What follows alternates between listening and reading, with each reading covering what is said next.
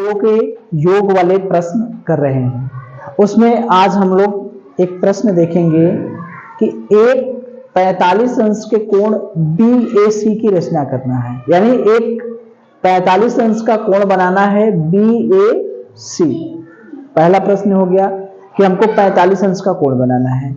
फिर क्या करना है, इसके अंतः क्षेत्र में एक बिंदु P से, यानी उस कोण का जो अंतः क्षेत्र है उसके अंदर एक बिंदु क्या है P से रेखाखंड BA और AC पर लंब खींचे गए हैं। BA और AC पर क्या खींचे गए हैं? लंब। उस लंब का नाम है PN और PM। तो खींचिए, खींचना है। फिर उसके बाद NPM का मान ज्ञात कीजिए। तो ऐसे तो एकदम धुंधला लग रहा होगा, कुछ पता ही नहीं चल पा रहा होगा कि क्या चीज कैसे करें। जब चित्र बनाएंगे तब ना पता चलेगा कि उसमें कोण BAC क्या है, कहाँ अंतः क्षेत्र है। चूंकि कोण बनाना है, बिंदु P अंतः क्षेत्र में स्थित है, इसी P से जो BA और AC पर लंब खींचना है, उस लंब की लंबाई दिया है PN और PM। फिर हमें कोण NPM का मान ज्ञात करना है। तो पहले जैसे जैसे कह रहा वैसे वैसे करें। सबसे पहले 45 अंश का कोण बनाएं, ठीक है। तो 45 अंश का कोण बनाना, या जब हम लोगों ने कोण वाला पाठ पढ़ा तो उसमें हम लोगों ने कोण बनाना सीखा है कि चाबे की सहायता से या प्रकाल की सहायता से एक लाइनिंग खींचते हैं, ठीक है। अब यहां से एक हमने चाप घुमा लिया, कोई बराबर चाप घुमा दिए, 1 2 3 चाप काटते हैं। ये तो हो गया 60 अंश, लेकिन चूंकि हमको 45 अंश करना है तो इसको और इसको अर्धक करेंगे, एक चाप इधर एक चाप इधर, तो ये हो जाएगा 90 अंश। फिर ये 90 अंश का आधा करेंगे, एक चाप इधर से एक चाप इधर से, तो ये हो जाएगा 45 अंश। ये तो 45 अंश का कोण बनाना हम लोगों ने कोण वाले पाठ में कैसे कोण बनता है चांदे की सहायता से और प्रकाल की सहायता से, वो कोण बनाना हम लोगों ने सीखा है। तो यहां पर हम लोग कोण बनाना नहीं सीखेंगे, ठीक है। तो हम चांदे की सहायता से भी बना सकते हैं। चांदे की सहायता से चांदा रहता है, उसमें देख करके निशान लगा करके खींच दिए, 45 अंश का कोण बन गया, ठीक है। तो अब हम 45 अंश का कोण बना लिए। हम क्या किए, 45 अंश का कोण बना लिए। ये कोण हमारा कितना है? 45। ये हमने कैसे बनाया? चांदे की सहायता से, ठीक है। प्रकाल से कोई जरूरी नहीं कि प्रकाल से बनाया, हमने चांदे की सहायता से क्या बना दिया? 45 अंश का कोण बना दिया। तो हमारा प्रश्न ये कोण बनाना नहीं है, मेन काम कोण बनाना नहीं है। हमको चतुर्भुज के अंतः कोणों का योग कितना होता है? कितना होता है? चतुर्भुज के अंतः कोणों का योग कितना होता है? 360 अंश। तो इसमें चतुर्भुज बनेगा, उस चतुर्भुज में अंतः कोण बनेंगे, उस अंतः कोण पे हमको प्रश्न बनाना है, ठीक है। तो ये हमने तो बना लिया 45 अंश का कोण। अब क्या कह रहा है? 45 अंश के कोण की BAC की रचना कीजिए। BAC, ये जो कोण बीच में रहता है, हमने बताया था कि जब भी कोण का नाम लिखेंगे, कोण BAC, इसका मतलब कौन बीच में रहेगा? कहां पर दोनों सटे होंगे? किस बिंदु पर सटे होंगे? कौन? जो बीच में रहता है। जो बीच में रहता है उसी पर तो दोनों सटे रहते हैं। तो एक बिंदु होगा B और एक बिंदु होगा C, और दोनों जहां मिलते होंगे वो बिंदु क्या होगा? A। जो बीच में रहता है वही बिंदु पर दोनों रेखाएं आके मिलती हैं, ठीक है। तो ये हो गया B, ये हो गया A और ये हो गया C। ये तो कोण बन गया, इसमें तो कोई डाउट नहीं है। कोण हमारा BAC, जब भी किसी कोण का नाम लिखा जाता है तो जो बीच में रहता है वैसे पर दोनों जुड़े रहते हैं, ठीक है। अब देखिए, अब क्या कह रहा है? इसके अंतः क्षेत्र में एक बिंदु P से, अब इस कोण का अंतः क्षेत्र कौन है और जो बाह्य क्षेत्र कौन है? अंतः क्षेत्र माने जो कोण के बीच में भाग पड़े, जो इन रेखाओं के बीच में पड़ेगा वो क्या होगा? अंतः क्षेत्र।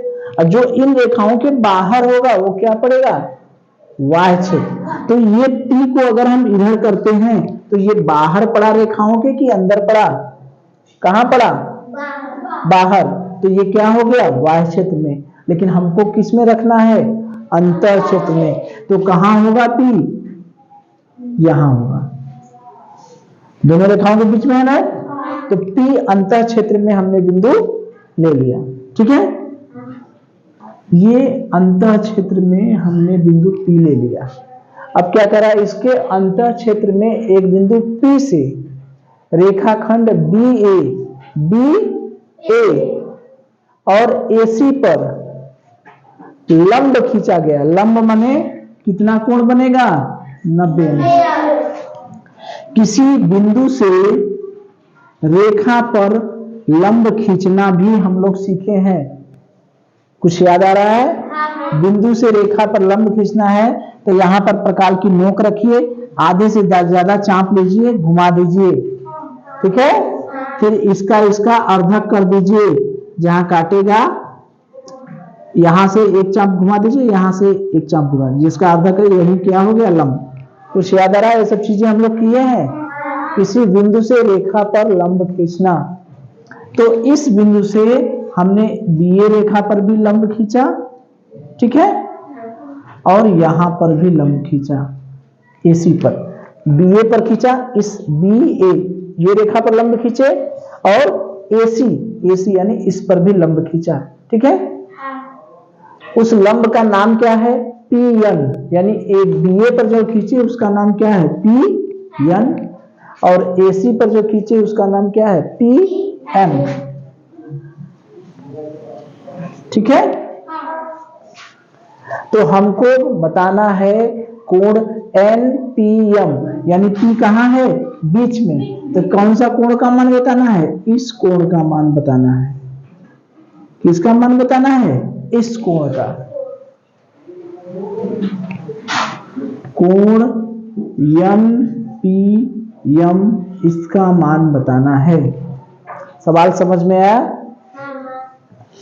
क्या क्या किए हमने, पहले 45 अंश का कोण बना दिए, ठीक। उसके बाद इसके अंतर क्षेत्र में एक बिंदु P ले लिए, उस बिंदु P से BA और AC, उस BA यानी ये वाली रेखा पर लंब हमने डाला, AC यानी इस वाली रेखा पर लंब डाला, और फिर उस लंब का नाम है PN, और इस लंब का नाम है जो AC पर है उसका नाम है PM। अब हमको ये कोण बनाना है। हमारे पास चतुर्भुज है या नहीं, हमारे पास चतुर्भुज क्या है, एक चतुर्भुज है AMPN। कौन सा चतुर्भुज है, चतुर्भुज कौन है, AMPN, ये चतुर्भुज है। तो इस चतुर्भुज में ये जब लंब डाला गया है तो ये कोण कितना हो गया, 90 अंश। लंब है ना, ये इस पर भी लंब है तो ये कोण कितना हो गया, 90 अंश। चतुर्भुज में कितने कोण पता है, 1 2 3, चौथा कोण हमने मान लिया क्या, X। इसी का तो मान निकालना है। तो इन चारों को जोड़ देंगे, 45 धन 90 धन X धन 90, इन चारों को जोड़ देंगे तो इसका मान क्या होगा, 360। इस चतुर्भुज के, किसी भी चतुर्भुज के अंतः कोणों का योग कितना होता है, 360। तो इसको यही ना अंतः कोण है। इन चारों को हमने जोड़ दिया तो कितना हो गया, 360। 90 90 180, 180 में 45 जोड़ेंगे क्या होगा, 225 धन X बराबर क्या हो गया, 360। X का मान निकालना है, 360 इधर है, ये 225 है, उधर जाएगा तो क्या होगा, जुड़ेगा कि घटेगा, 360 में जुड़ेगा या घटेगा, घटेगा। क्यों, क्योंकि धन है, उधर गया तो क्या हो जाएगा, ऋण। तो 360 में से 225 घटाएंगे तो 10 में से 5 गया 5, यहां बचा 5 में से 3 गया 2 गया 3, और यहां 3 में से 1 गया 135 अंश। कितना अंश आ गया, 135। 35 अंश। ठीक है, बात समझ में आई? तो प्रश्न यहाँ पर थोड़ा सा समझने के था कि हमको BAC की रचना करना है, यानी BAC का मतलब ऐसा कोण बनाइए जिसमें एक सिरा हो B, दूसरा सिरा हो C, ठीक है, और दोनों, एक सिरा है B, एक सिरा है C, और दोनों रेखाएं जो मिलेंगी वो किस बिंदु पर मिलेंगी? A पर। क्योंकि बीच वाला जो कोण है वो यही बताता है कि दोनों रेखाएं यहीं पर मिलेंगी।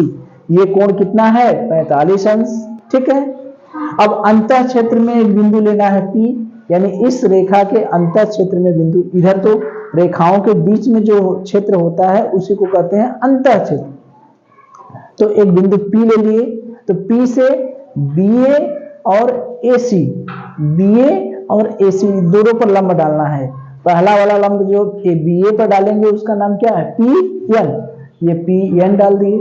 फिर दूसरा क्या है? PM। हो गया? तो ठीक है, तो क्या हो गया? ये लंब है तो कोण कितना हो गया? 90, ये भी 90, ठीक, और ये कोण कितना है? 45। तो ये चतुर्भुज बना कि नहीं? क्या चतुर्भुज का नाम? AMPN। ठीक है, इस चतुर्भुज में चारों कोणों का योग कितना होता है? 360। तीन कोण दिए हैं, एक कोण 45, एक कोण 90, एक कोण 90, और ये क्या है? x। तो चारों कोणों को जोड़ देंगे तो 360। तो तीन कोणों का मान पता है, एक है 45, एक है 90, एक है x और एक है 90। तो इन चारों को जोड़ दिए 90, पक्षांतर कर दिए, x का मान कितना आ गया? 135। ठीक है, चलिए तो देखिए एक दूसरा प्रश्न हम लोग देखते हैं कि चतुर्भुज के अंतः कोणों का अनुपात 3:4:5:6 है, तो प्रत्येक कोण का मान ज्ञात कीजिए। ठीक है, यहां पर भी वही चीज है, बशर्ते नई चीज क्या है कि जो हमारे कोण दिए हैं वो किसमें दिए हैं? अनुपात में। किसमें दिए हैं? अनुपात में।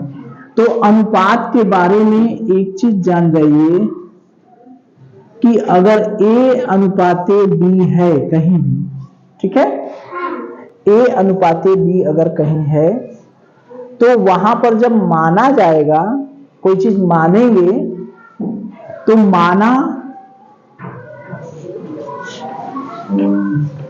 आनुपातिक संख्या जो है x है। जब ये अनुपात वाले में माना जाएगा तो अनुपात वाले में ये माना जाएगा कि अनुपातिक संख्या को मानेंगे। क्यों? क्योंकि जैसे मान लीजिए A/B जितने से गुणा ऊपर रहेगा उतने से गुणा नीचे रहेगा, तभी नहीं ये कटेगा। तो A अनुपाते B,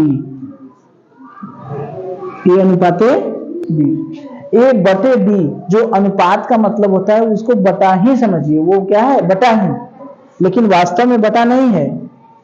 ठीक है, लेकिन A अनुपाते B का मतलब A/B होता है। तो अनुपात वाले में जो ऊपर संख्या से गुणा करेंगे उतने से नीचे ही गुणा करेंगे। जैसे सरल नहीं करते हैं, जैसे 4/6 को हमको सरल करना है, तो 4/6 को सरल करने के लिए हमने क्या बताया है कि एक ऐसी संख्या से गुणा करिए, भाग दीजिए, सॉरी गुणा नहीं, भाग, ऊपर भी भाग चला जाए और नीचे भी चला जाए। तो ऊपर और नीचे वाली संख्या समान होती है कि नहीं? तो 4 में 2 से भाग देंगे तो क्या होगा? 2, और 6 में 2 से भाग देंगे तो क्या होगा? 3। तो ये 2/3 होगा। ठीक है, लेकिन इस 2/3 में अगर हम एक निश्चित संख्या से गुणा कर दें तो क्या होगा? 4/6 ही होगा ना। तो ये जो निश्चित संख्या है इसी को मानते हैं। तो जब भी मानते हैं तो अनुपातिक संख्या, अनुपात वाले प्रश्न में हम लोग क्या मानते हैं? अनुपातिक संख्या x। अनुपातिक संख्या क्या मानते हैं? x। तो a का मान क्या हो जाएगा? ax, और b बराबर क्या हो जाएगा? bx। यानी जो a का मान रहेगा उसमें x का गुणा कर देंगे, b में भी x का गुणा कर देंगे।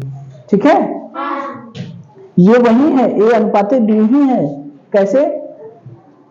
AX अनुपाते BX, यानी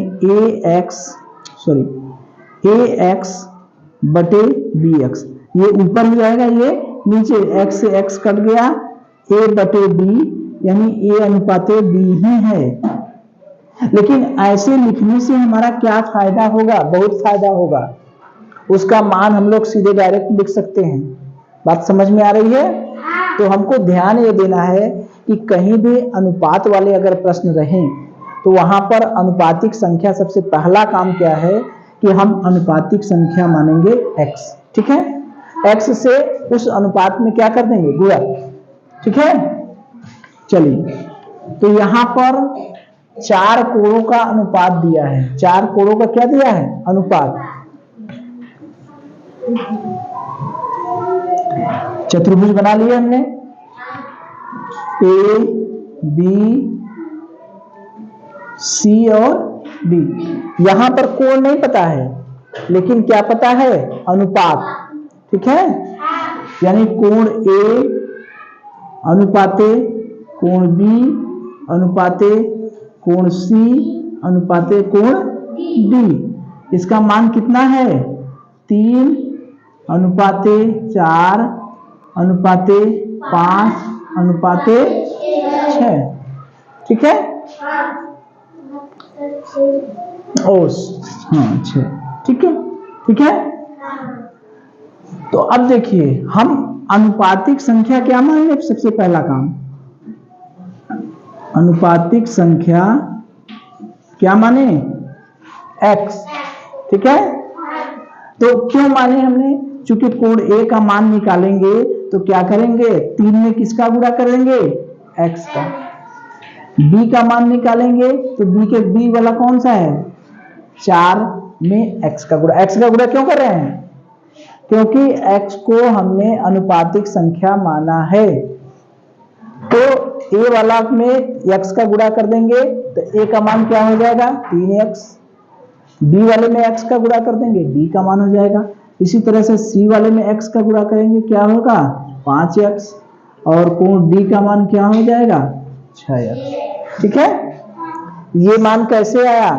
अनुपातिक संख्या हमने मान लिया, जहां कहीं भी अनुपात का रहेगा अनुपातिक संख्या मान लेंगे तो उसका मान, उसमें x का गुणा कर देंगे, वही उसका मान हो जाएगा। x का गुणा करते ही उसका मान हो जाएगा। जैसे A ये क्या है? कोण A अनुपाते कोण B अनुपाते कोण C अनुपाते कोण D। अनुपातिक संख्या जैसे ही x माने तो A का मान निकालने के लिए कितने का गुणा करेंगे? x का गुणा किसमें करेंगे? 3 में। B का मान निकालने के लिए x का गुणा किसमें करेंगे? 4 में। C का मान निकालने के लिए x का गुणा किसमें करेंगे? 5 में। और D का मान निकालने के x का गुणा 6 में। अब हमारा सारा काम खत्म। A का मान क्या हो गया? 3x। B का मान क्या हो गया? 4x। C का मान क्या हो गया? 5x। और D का मान क्या हो गया? तो चतुर्भुज के सभी अंतः कोणों का योग कितना होता है? 360 अंश।